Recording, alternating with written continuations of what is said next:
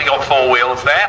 But what you will notice is the portal rear axle for improved ground clearance, and also that one actually with a straight front axle. I begin to think possibly one built at, let's see, they were Essendine, and was it not Saltash, that's in Cornwall.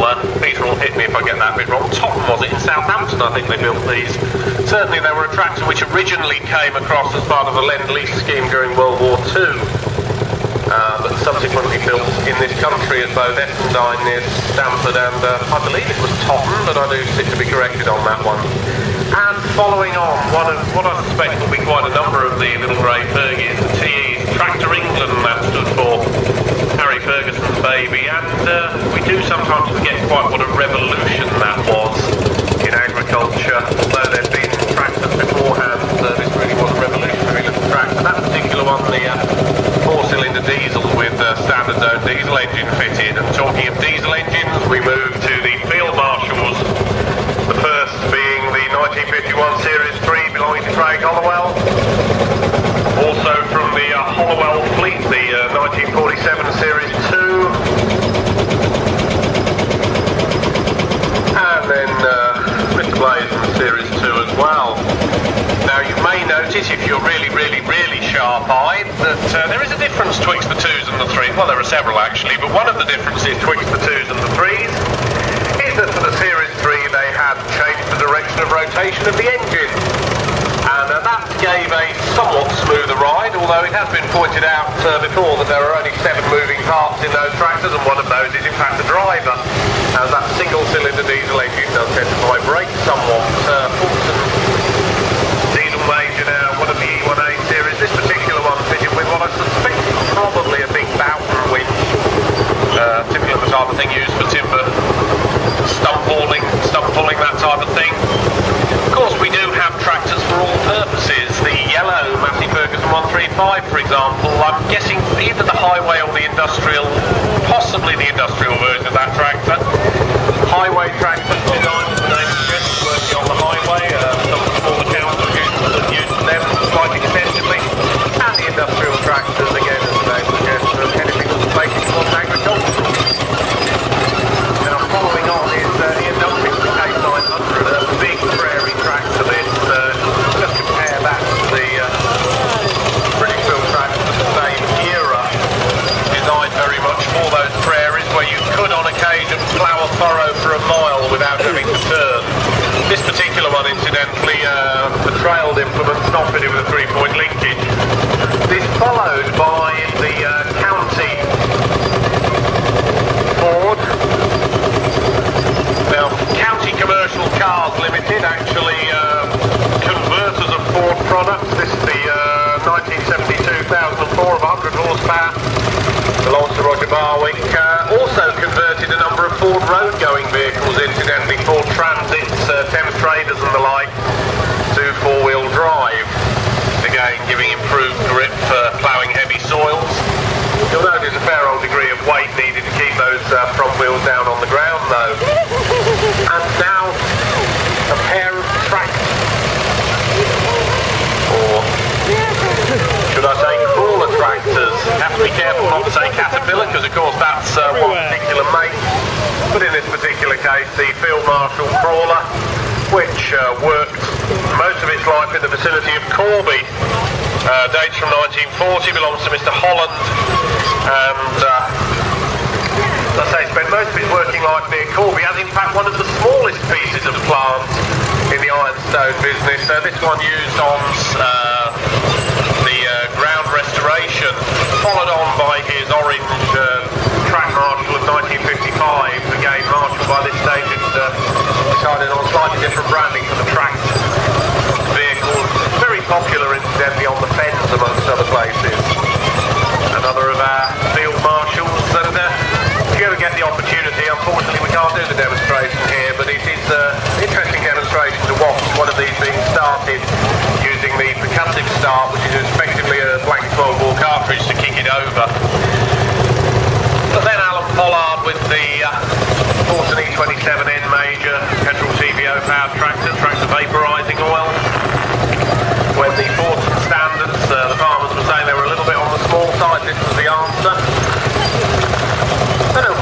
was about Ford's and designers, but certainly by this time they seem to have a problem with drivers. At least they wanted to design tractors that were slightly confusing if you were used to what had become the conventional pedal layout.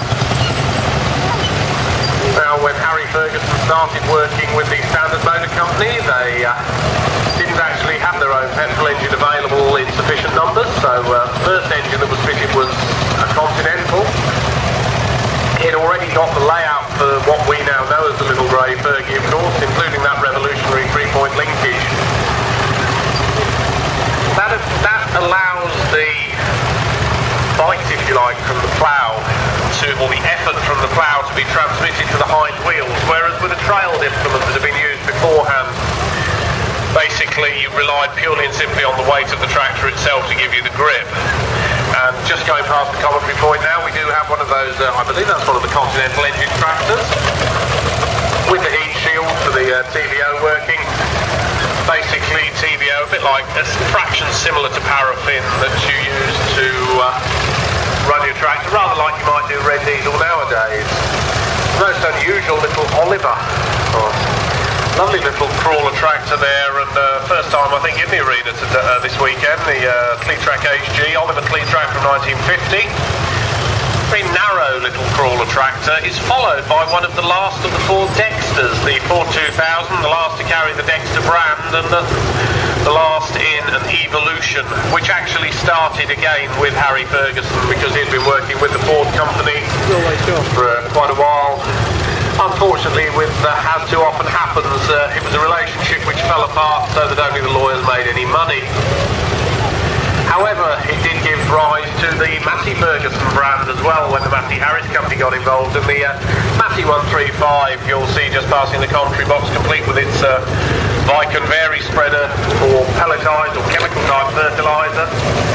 One answer to how to spread fertilizer. There were others, of course, and the Vicon company, I believe, still going strong.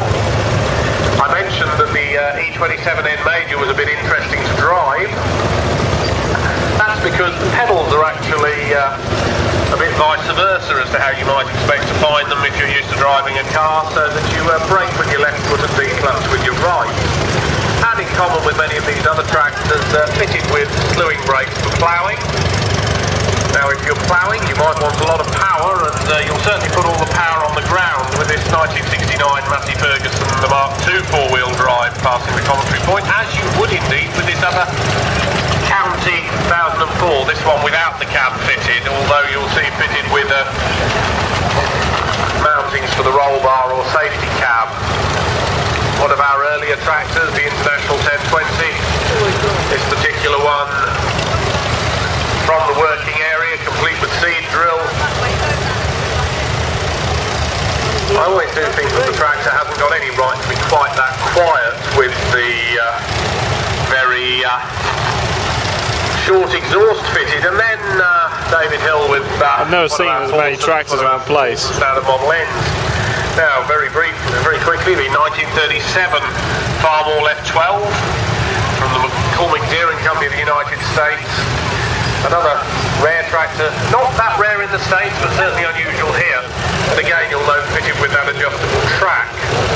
Now, I do have a call, please, for Harriet Stevens. Harriet Stevens, could you please come to the PA outside broadcast caravan? Harriet Stevens, please, to the PA control unit alongside the arena. Having missed a couple of our tractors, now on to Yvonne Mann with her Alice Model B. This one, a late build American tractor, was given to her as a birthday present. Being far too much of a gentleman, I won't tell you which birthday. She might come and hit me if I do. But again, you'll see, in common with a number of the other tractors of the period, fitted with drive for static equipment. This actually was fitted with both fast and loose wheels. And now we move to a tractor which has recently, over the last few years, been used for baling and loading straw around the Lamport estate.